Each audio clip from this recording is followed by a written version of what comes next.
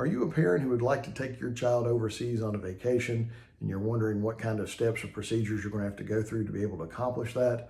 Or perhaps you're worried that the child's other parent may not agree to this overseas vacation and you're wondering if there's anything you can do about it. Well, my name is Patrick Slaughter. I'm the lead attorney with LaFevor and Slaughter. We're a family law firm that's located in Northeast Tennessee. And I'd like to answer the question for you. Believe it or not, this subject comes up rather frequently. And there's no set answer.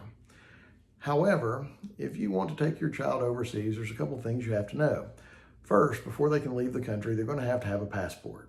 Even if they're an infant, they're still going to be required to have a passport, which means you're going to have to cooperate with the child's other parent in order to secure a passport.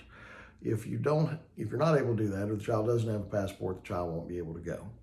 If you have a passport even, the next thing you're going to need is a notarized statement from the other parent that is giving you permission to take your son or daughter out of the United States.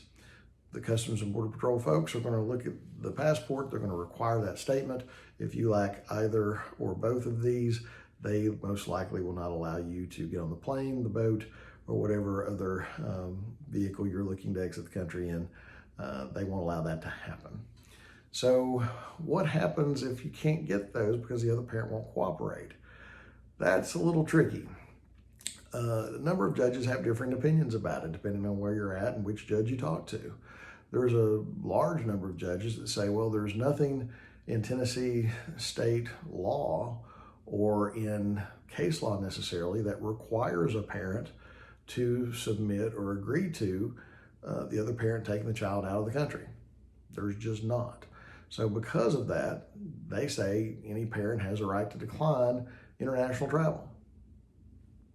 Seems cut and dry. It's not.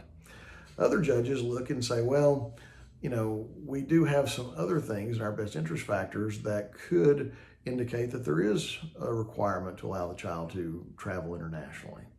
And what are those circumstances? Well, particularly, the judge is going to look at the purpose of the travel.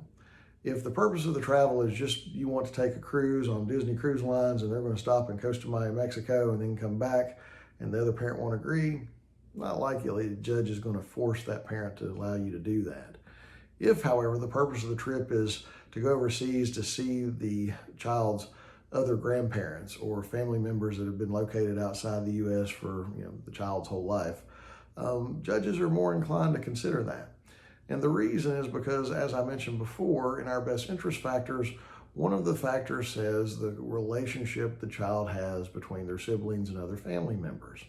So a lot of judges will extrapolate and say, well, if we're going to consider that in the best interest analysis, then we have to, by inference, figure that the state legislature recognizes the importance of creating and establishing relationships between family members and siblings. And if those family members and siblings happen to be located outside the United States, then perhaps we should encourage a parent to allow the child to go visit these folks. So I've had some success with that. Again, it depends on the judge, and both opinions are valid, but a lot of it depends on how it's couched and how it's presented to the judge. But I would tell you that the first thing you need to do is start talking about this subject earlier rather than last minute. Whenever anybody tries to do anything at the last minute, it generally creates a lot of anxiety and causes people a lot of consternation. If you can talk about it ahead of time to say, hey, I'd like to do this, even if it is a cruise, how do you feel about it? What do we need to do? Maybe you got to give a little to get a little. But if you can work out that agreement, it's going to make your life a whole lot easier. And if you're trying to figure out how to work out such an agreement and you're not sure how to go about it, feel free to pick up the phone, give us a call.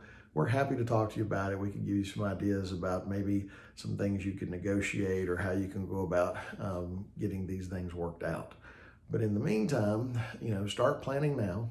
If it's the vacation of a lifetime, start documenting all the things about it, getting it together. And for God's sakes, before you tell your child they're going, make sure the other parent's on board. And if they're not, come up with a plan on how you want to do that before you get the child all excited. Because the last thing you want to do is have the child all excited about them being able to go and then pulling the rug out from under them, telling them they can't. So take this advice, look into it, and if we can help, give us a call. We'd be happy to help.